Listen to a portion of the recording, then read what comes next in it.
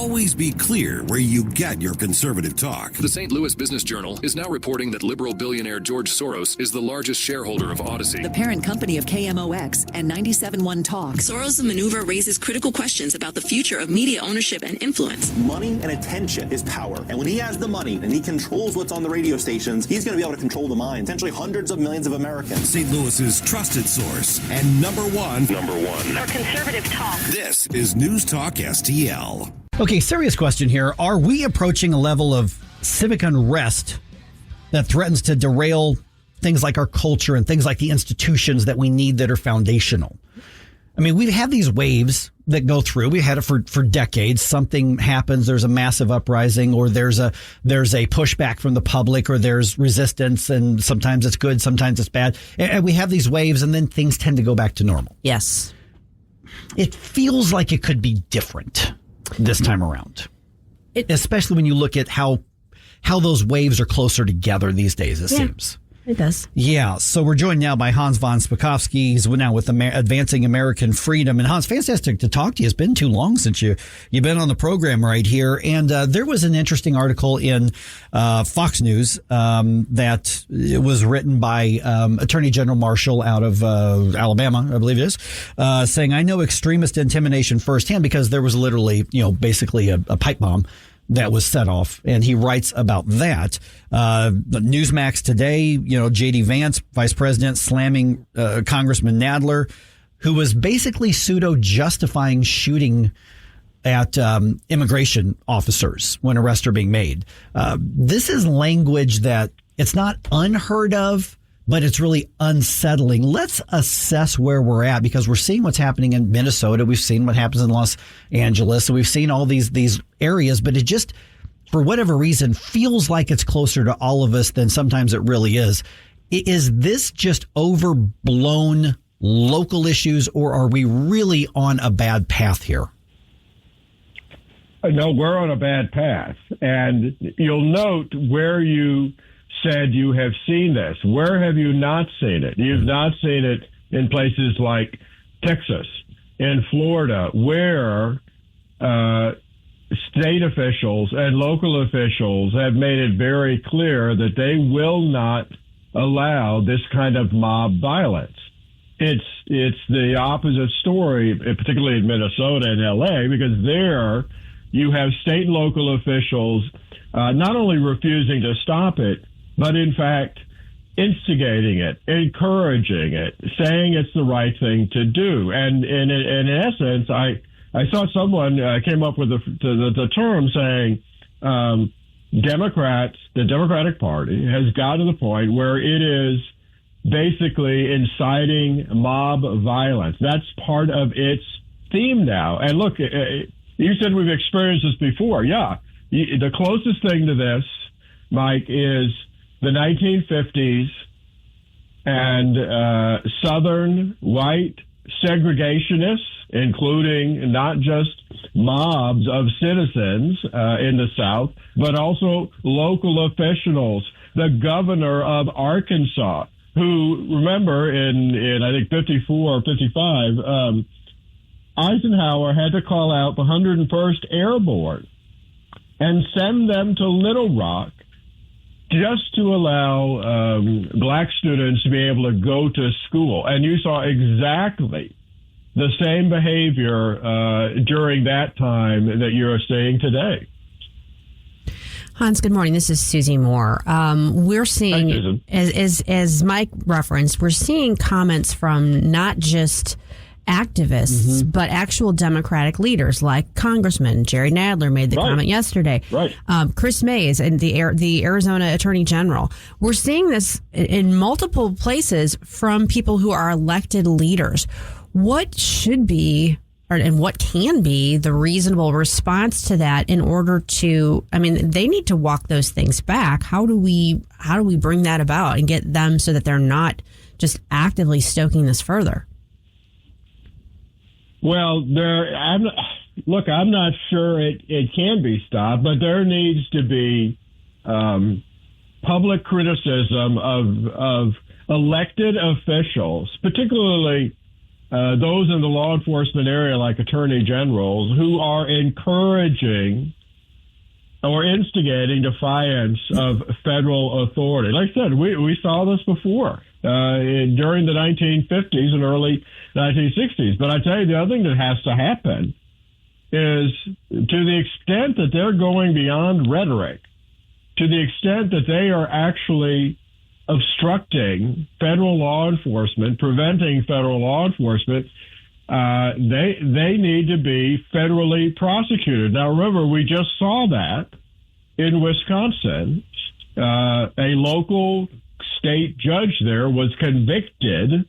Remember, this is the woman who, when she discovered that there were ICE agents in the courthouse to pick up an illegal alien who was there because he'd committed a local crime, actually helped sneak him out of the courthouse so that he could avoid being arrested and detained.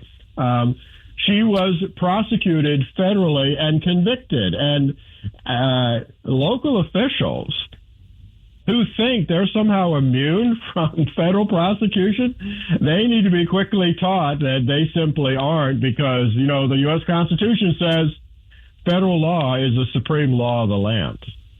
Hans, I'm not going to ask you to try to get into the head of a leftist. I don't know that I want to be in that space either, but there's no question that this is not organic. This is not grassroots. What is the motivation for wanting unrest and instability and violence? I mean, what would be possibly the goal from the left to use this as a tactic, as a coordinated tactic?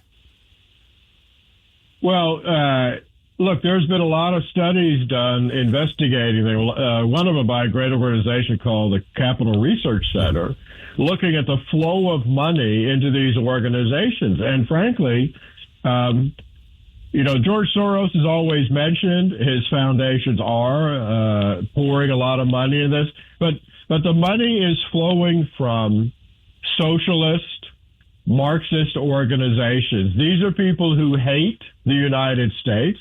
They hate our democratic system, and they want instability, because when there's instability, that is the greatest opportunity to come in and put in the kind of change they want, which is, quite frankly, the kind of dictatorial government that Mandami is trying to put in New York City. You know, one of the things that I think is stumping people in some ways is trying to figure out where that balance is and where that line can be drawn. You want to not be violating people's First Amendment rights. Sure. You want to allow them to protest lawfully and make their point and have their voices heard, but not to the point where it's infringing on other people's rights. For instance, when you're invading their church services, that sort of thing. Right. Or creating a public safety hazard. There was video yesterday of an arrest being made in Minneapolis of observer agitators who the day before had been making like they were pulling guns. They didn't actually have guns on them, but they were making hand gestures like they were pulling guns in order to provoke a response suicide by cop from the law enforcement. Right. So it's hard to know, where do we draw the line? How do we enforce the law without going too far? And where do we go from here with it? Well, actually, I don't think the line is that hard to draw. And look, if you want to see how to draw that line, take a look at the law that's being used actually now to criminally prosecute several of the individuals who went into that church in Minnesota and disrupted the church service. It's called the FACE Act, remember? And this is a law that was passed to protect both abortion clinics and churches. And if you look at that law very carefully, it has specific lines in it saying this law does not in any way abrogate the First Amendment rights of individuals to peacefully and civilly express their views. But what it does prevent is, for example, harassment, intimidation, threats against individuals going into abortion clinics or going into churches, blocking or interfering with the medical services being provided in abortion clinics or the services being provided in churches. It's when you it's when you go from peaceful civil protest or expression of views into intimidation, threats, blockades. That's when you are no longer exercising your First Amendment rights. We're visiting with Hans von Spakovsky, now with Advancing American Freedom. And Hans, I just got a couple of minutes left here. So a lot of this goes back to in so many people's minds, using violence as a legitimate tool. They have legitimized violence.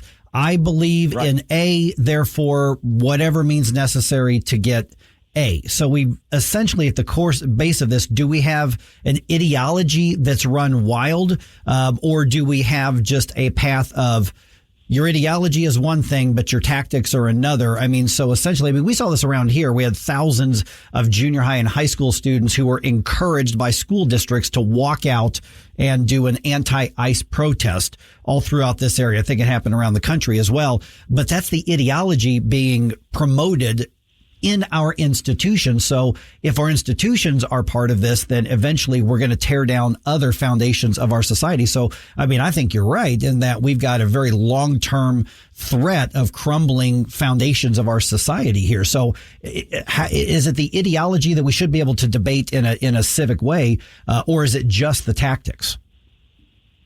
Oh, it's the ideology also that's driving this.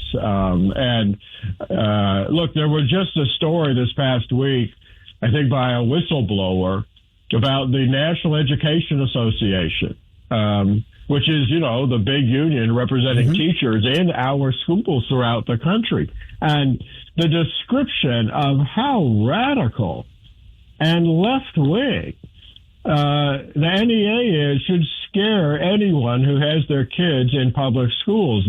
This is a long-term battle. The radical left long ago figured out that the way to come to power was to basically warp the minds of kids in schools. And I have to tell you, that is exactly the same technique that was used by Chairman Mao in China, by Joseph Stalin in Russia, and by Adolf Hitler in